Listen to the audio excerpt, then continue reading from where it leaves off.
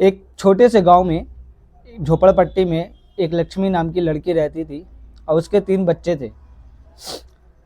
उसका जो हस्बैंड था वो मजदूर का काम किया करता था, लेकिन किसी कारणवश वो इमारत से गिर के उसकी मौत हो चुकी थी।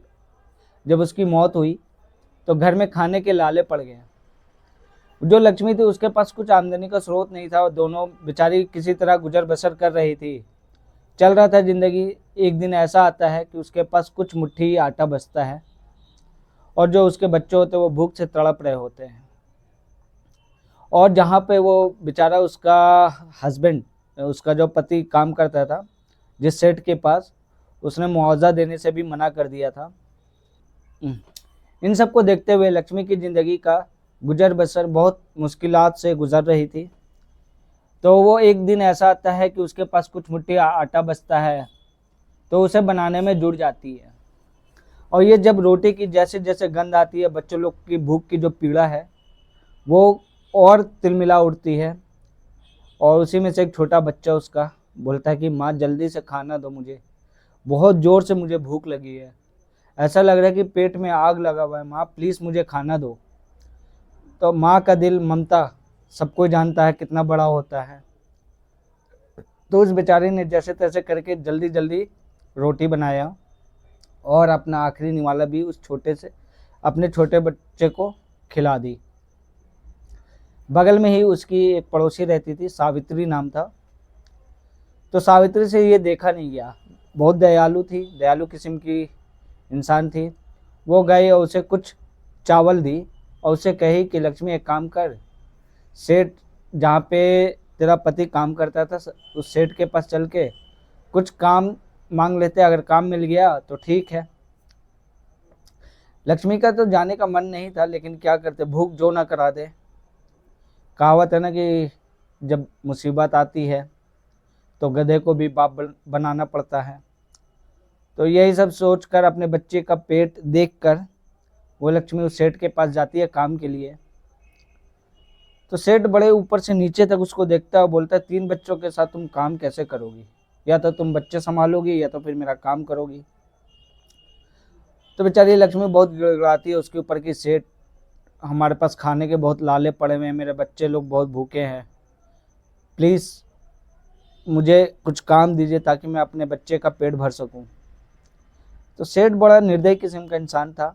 उसकी ऊंची ऊंची कोठी थी और जितना पैसा था उसके पास उतना ही कठोरता भी था। वो हंसता है और हंसते हंसते बोलता है चल ठीक है, जा कल आएगी। वो लक्ष्मी बेचारी मायूस होकर चली जाती है वापस।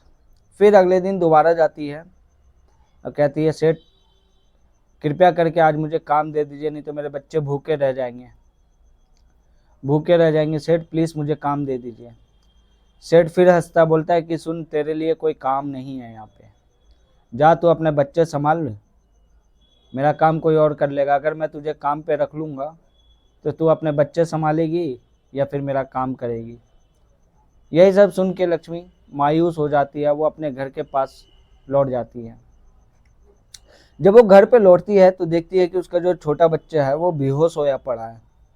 तो लक्ष्मी बहुत घबरा जाती है और उसका दिमाग काम नहीं करता है, क्या करे क्या करे। वो किसी तरह पानी की बूंद लाग छींटे मारती है उसके चेहरे पे, फिर भी कोई असर नहीं होता है। और लक्ष्मी रोते हुए बिखरते हुए उसको उठा के सीधा लेके जाती है डॉक्टर के पास। जब डॉक्टर के पास जाती है तो डॉक्टर बोलता है तो ये तो कुपोषण का शिकार हो चुका है, जल्दी इलाज करना होगा, अगर इसका टाइम पे इलाज नहीं हुआ, जल्दी इलाज नहीं हुआ तो इसकी जान जा सकती है। तो वहाँ पे जो आसपास के गांव वाले थे, उन लोग के पास जब ये बात पहुंची तो वो सीधा सेठ, जो सेठ था उसका विद्रोह करने चले गए। सब कोई सेठ को घेर के खड़े हो गए और मुआवजे की मांग करने लगे। सेठ ने ये सब देखा जैसे तैसे करके, तो सेठ ने ये सब देख के अचंभा हो जाता है और बोलता है यार अब क्या करें। अब वहाँ पे वो हार मान लेता है और वो बोलता है कि ठीक है, मैं उसे मुआवजा देने के लिए तैयार हूँ, मैं उसको मुआवजा दे देता हूँ, जाके वो अपना बच्चे का इलाज करा ले। उसे वो पैसे मिल जाते हैं और उस पैसे से वो अपने बच्चे का इलाज कराती है, उसका बच्चा ठीक हो जाता है और कुछ पैसे उसके बचते हैं।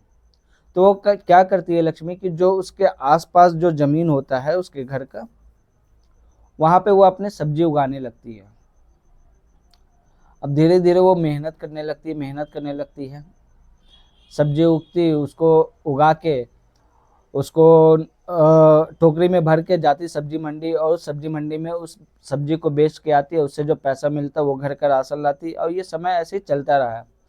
कुछ दिन के बाद, 6 महीने साल भर के बाद, उसकी ज़िंदगी में खुशहाली लौटने लगी और लक्ष्मी अपने बच्चों का अच्छे से ख्याल रखने लगी। तो दोस्तों, ये थी कुछ भूख के ऊपर कहानी, और ऐसी ऐसी कहानी मैं आप लोगों के लिए लाता रहता हूँ ताकि आपको ये महसूस होता रहे कि हमारी लाइफ में क्या क्या इम्पोर्टेंट है और क्या चीज़ होना चाहिए अपने लाइफ में और क्या नहीं होना चाहिए। हमेशा मैं लाइफ से जुड़ी हुई बातें करता हूँ, और भूख भी हमारी लाइफ का हिस्सा है, क्योंकि अगर भूख नहीं होता तो इस दुनिया में कुछ भी नहीं होता। तो आई होप दोस्तों आपको ये वीडियो अच्छी लगी होगी। तो मिलते हैं फिर अगले वीडियो में। अभी के लिए खुदा हाफिज़, अपना ख्याल रखिएगा।